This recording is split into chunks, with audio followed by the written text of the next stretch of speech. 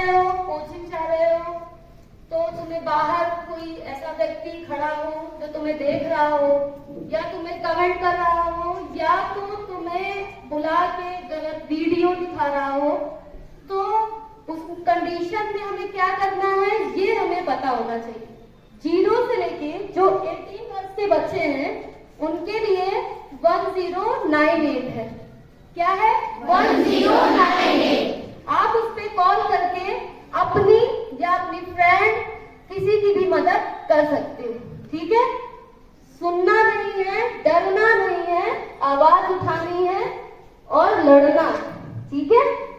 और जैसे आप घरेलू हिंसा की शिकार महिलाएं, हमारे घर में पेरेंट्स लोग रहते हैं, आपस में मारपीट करते हैं, शराब पी के या दहेज के लिए प्रताड़ित करते हैं महिलाओं को, तो उनके लिए भी आप बताओगे 1090 वुमेन हेल्पलाइन नंबर। ठीक है? वो भी ध्यान रखिए। और आप जा रहे हो कहीं रास्ते में, एक्सीडेंट हो जाए, आग लग जाए, उस कंडीशन पे आपको क्या करना है? आपके साथ भी हो सकता है, किसी और के साथ भी हो सकता है, तो हमें तुरंत अपना दिमाग लगा के 112 पे कॉल करके आप एम्बुलेंस की भी सहायता ले सकते हो, फायर ब्रिगेड की भी। ठीक है? खुद की भी मदद होगी और दूसरे की। और सबसे ज्यादा आजकल क्या हो रहा है? फोन अच्छा भी है, फोन बुरा भी। फोन चलाते हैं, एकदम हमारे फोन पे कॉल आता है कि आपकी लॉटरी लगी है, मैं आपको ये बता रहा हूँ, आप मुझे ये OTP बता दो, आपके अकाउंट में 50,000 रुपए अभी तुरंत हम भेज रहे हैं। बिना कर्म करे कुछ नहीं मिलता। ठीक है? कोई ऐसा व्यक्ति है जो हमें 50,000 दे देगा? क्यों देगा? अपना घाटा क्यों कराएगा? हम तो उसको जानते भी नहीं है। अगर इस कंडीशन पे कोई कॉल आता है, आपको कॉल अगर उठा भी लिए तो आपको कोई OTP बताने की जरूरत नहीं है। ठीक है? हम वर्क करेंगे तभी मुझे पैसे मिलेंगे। अगर आपके साथ हो जाता है तो ये साइबर क्राइम है। आप 1930 पे कॉल करेंगे और फेसबुक, इंस्टाग्राम की ID को अगर कोई हैक कर ले या कोई गलत मैसेज करे, गलत कॉल आए, तो आपको क्या रहता है? आप डर गए, किसी से नहीं बताया, अंदर ही अंदर आप परेशान हो रहे हो, ना खाने में मन लग रहा है, ना खेलने में, ना पढ़ाई में, किसी चीज में अंदर बहुत डिस्टर्ब है। तो डिस्टर्ब होने की जरूरत नहीं, इस समस्या का सॉल्यूशन निकालना हमारा काम है। ठीक है? आप 1930 पे कॉल कर सकते हो। कोई दिक्कत परेशानी हो किसी को तो बता सकते हो। नहीं तो आपको रील्स की एडवाइस किसने दी कि आप रील्स बनाएंगे? किसी ने नहीं दी। शौक था आपका, शौक था आपका। बच्ची जो छोटी है, 10th 12th की बात कर रही हूँ, सबसे ज्यादा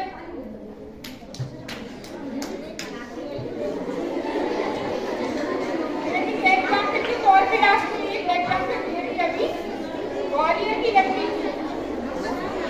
एक मिनट साइलेंट, मैं एक एग्जाम्पल देके जा रही हूँ आपको, क्योंकि एक ग्वालियर की बच्ची आई मेरे पास अभी। मैं उनकी गोपनीय रखती हूँ, जानकारी को मैं नहीं दूंगी, लेकिन वो लड़की किसी लड़के से बात कर रही थी, लड़की से बात करती थी और इतनी बात पड़ी कि लड़की ने उससे कहा आप स्टेशन पे आ जाइए। लड़की स्टेशन पे आ गई और लड़की ने गोवा की ट्रेन पकड़ी और उत्कल ट्रेन में हमने उसको उतारा झांसी स्टेशन पे, क्योंकि वहाँ पे किसी ट्रांसजेंडर ने इस न्यूज को दिया था। मेरा एक नंबर है जो सभी लोग जानते होंगे, 1098 जानते हो? ये चाइल्ड हेल्पलाइन नंबर है और जिसपे सभी बच्चे रहते हैं जो अपनी गोपनीय रखते हैं उनकी जानकारी, और जो अपने पेरेंट्स को नहीं बता पाते वो हम लोगों को बता देते हैं।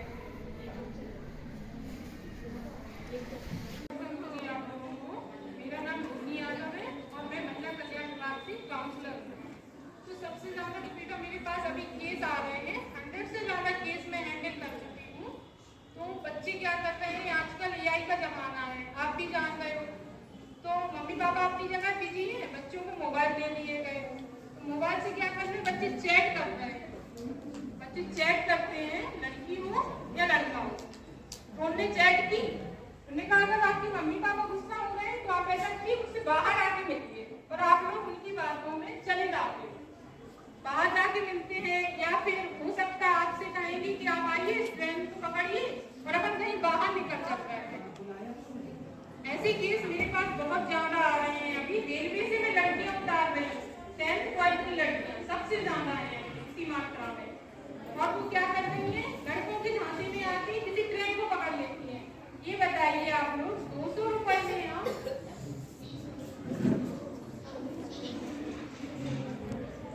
ये बताइए आप लोग 200 गिर जाएगा, गिरेगा नहीं तो अनबैलेंस तो हो ही जाएगा। अगर आपने जोर से खींच दिया तो गिर जाएगा वो और आप भाग सकते हैं। कभी कभी बच्चों ये भी होता है कि आपके पास कोई सुरक्षा बिंदु नहीं है, आपके पास बैग नहीं है क्योंकि आप स्कूल नहीं जा रहे हैं, आप कोचिंग नहीं जा रहे हैं, ऐसे ही निकल गए कहीं थोड़ी सी देर के लिए मार्केट जाने के लिए, या कहीं अपने दोस्त के मिलने के लिए जा रहे हैं, तो आप पहने जींस साथ में और बस कुछ पैसे डाले और चल दी। उतने में ही यदि आपको लगता है कि उतने में ही हो सकता है कि कोई आपको जज कर रहा है कि ये लड़की निकलेगी, इसको हम ऐसा करेंगे, नुकसान पहुंचाएंगे। तो बच्चों यदि आपके पास उस समय कुछ नहीं है तो आपको डरने की जरूरत नहीं है। उस समय आपको मानसिक नियंत्रण रखने की जरूरत है, अपनी हिम्मत को बढ़ावा देना है, यह सोचना है कि मेरे पास कोई सेफ्टी पॉइंट नहीं है, कोई सुरक्षात्मक चीज नहीं है।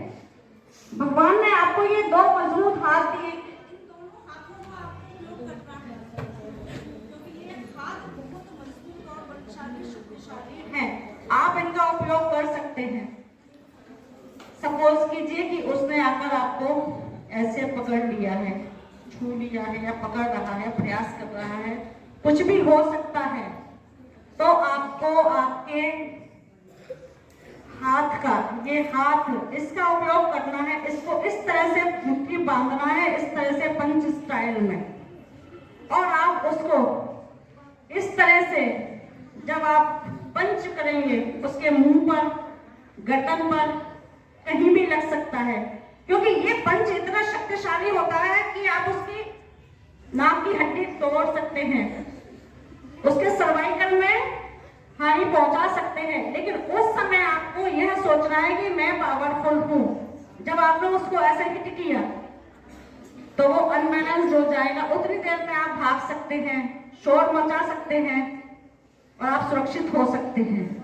ऐसे करके आप उसके बाल भी पकड़ सकते हैं, ऐसे जब बाल पकड़कर खींचेंगे तो उसको पेन होगा। जब तक वह खुद को सहलाएगा, खुद को सेफ करेगा, तब तक आप खुद सुरक्षित हो जाएंगे। तो ये हुआ पंच मारना, बहुत छोटा सा बिंदु है, लेकिन यदि आप मानसिकता इतनी फैली हुई है बच्चों की, उससे डरकर हारकर अपने घर पर नहीं बैठा जा सकता। उन्हीं का सामना करते हुए आपको उसी समाज में, उन्हीं लोगों में रहकर अपने जीवन को व्यतीत करना है, अपने लक्ष्य पर, अपने उद्देश्यों पर आगे बढ़ना है, क्योंकि डरकर घर पर नहीं बैठा जा सकता। इसलिए आप सभी इन छोटे छोटे सुरक्षा बिंदुओं को याद रखिए, कभी भी किसी भी विषम परिस्थिति में इनको फॉलो करके सुरक्षित रहिए, खुश रहिए। Thank you.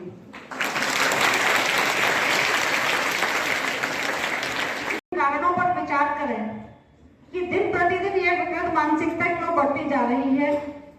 बच्चे भी समझे और एज अ स्टाफ पेरेंट्स जो बैठे हैं, यदि हम देखें, पुराने समय को देखें तो हमारे घरों में एज अ पेरेंट्स कई पीढ़ियां होती थी, बच्चे, फिर पेरेंट्स, दादा दादी, उनके ऊपर और तो जो बड़े बुजुर्ग होते थे अपनी जिम्मेदारियों के पश्चात वे लोग बच्चों पर निगाह रखते थे। तात्पर्य यह कि मतलब बच्चों को देखते थे कि बच्चे कहाँ गए हैं, स्कूल गए हैं तो लेट क्यों हो गए या कहाँ जा रहे हैं, और वहां से आने के पश्चात वो उनसे जानकारी लेते थे, पूछते थे कि बेटा वहां क्या हुआ या आपको इतनी देर क्यों हो गई। उनके पूछने का तात्पर्य सिर्फ यही था कि बच्चे कहीं किसी गलत राह पर या कहीं किसी ऐसे व्यक्ति के साथ तो नहीं जोड़ रहे हैं। तो बच्चे भी आकर अपने बड़े बुजुर्गों से सारी बातें शेयर करते थे, तो उनमें जो अच्छी बात होती थी तो प्रशंसा प्रोत्साहित करते थे, यह फैक्ट है। और उन्हें लगता था कि हाँ कहीं कुछ बच्चे गलत कर रहे हैं या बच्चों के साथ गलत हो रहा है तो वो समझाते भी थे। तो आज के समय में हम देख रहे हैं कि सिंगल फैमिली होती जा रही है, बच्चों को वो संस्कार कहें, परंपराएं कहें, रीति रिवाज कहें या बड़े बुजुर्गों के अनुभवों का लाभ प्राप्त नहीं हो रहा है, क्योंकि फादर तो चले गए अपने काम पे, मदर यदि जॉब करती हैं तो वह भी चली गई, और यदि वो हाउस वाइफ हैं तो वह भी आज के समय को देखते हुए अपने फोन में, अपनी फ्रेंड में यहाँ वहाँ बिजी रहती हैं, तो वह भी बच्चों पर ध्यान नहीं कर रही। तो होता क्या है कि बच्चे या तो सोशल मीडिया की तरफ आकर्षित होते हैं या फिर अपने दोस्तों की तरफ। तो बच्चों, आप लोग जो दोस्त बनाते हो उनमें कुछ दोस्त आपको अच्छी राह दिखाएंगे और कुछ गलत है।